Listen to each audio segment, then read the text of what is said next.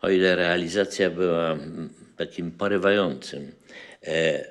porywającą chwilą w moim życiu, bo trzeba powiedzieć jeszcze jedną rzecz. Bardzo się otworzyły różne miejsca na robienie zdjęć.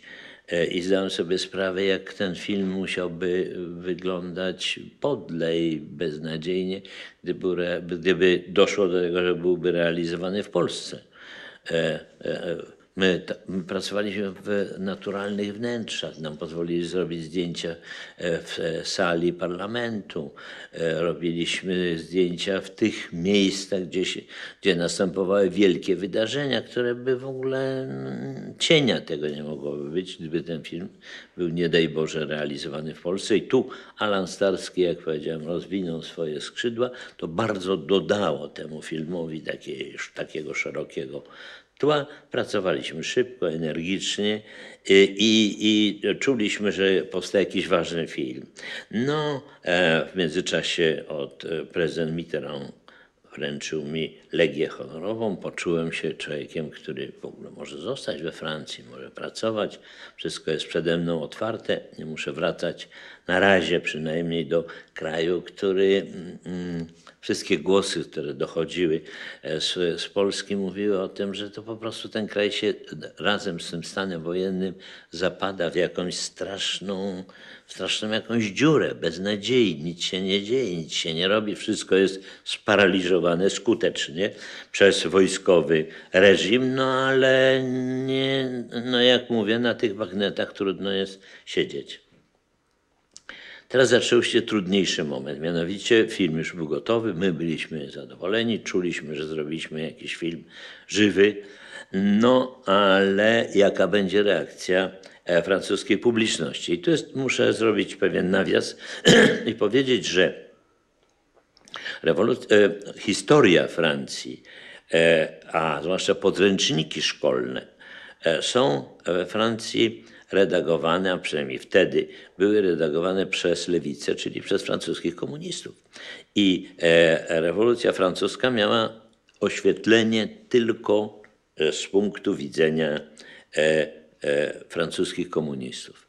Wyglądało to w ten sposób, że bohaterem był Robespierre, że Danton był zdrajcą i takim połowicznym, że tak powiem, ukryto bardzo zręcznie cały ten jakby okres terroru. Przedstawiono Robespierre'a, który spowodował to wszystko, jako człowieka, który dążył do rewolucji quasi-radzieckiej. Ale to jest ciekawe, bo i radziecka rewolucja, Lenin powoływał się właśnie na Robespierre'a. W związku z tym to, co zobaczyliśmy na ekranie, gdzie Danton jest postacią pozytywną, gdzie wychodzi cała ta gwałtowność i ślepota z terroru, który wprowadza Robespierre, to wszystko było zupełnie czymś nowym.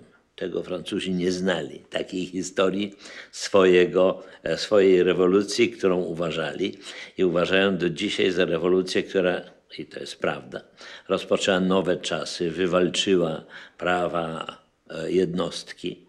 No ale nim wywalczyła prawa jednostki, tysiące ludzi zginęło na gilotynie, zupełnie jakby wbrew temu. No i coś z tego ducha właśnie protestu znalazło się w naszym filmie.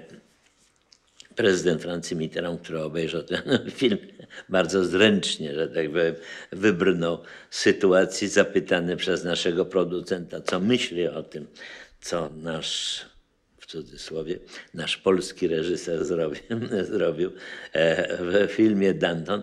Powiedział: wie pan, to są problemy pana Wajdy, my nie mamy takich problemów. No, dał do zrozumienia, że ja, i tu muszę powiedzieć, jest prawda, że ja użyłem tej francuskiej rewolucji jako problem do przedstawienia problemów, których inaczej nie mogłem przedstawić, i że ta francuska rewolucja była, chcący nie chcący, matką rewolucji sowieckiej.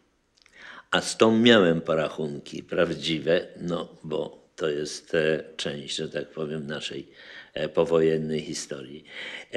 Film, myślę, że w kinach został dobrze odebrany przez widownię, która zdumiona takim punktem spojrzenia jednak zobaczyła jakąś inny obraz rewolucji, nie tak ucukrowany, jak to jest. Ciekawe zresztą, że na 200-lecie rewolucji francuskiej, które nastąpiło kilka lat po zrobieniu Dantona, Danton powrócił znowu. Chociaż zrobiono w międzyczasie film, który miał, że tak powiem, zaprzeczyć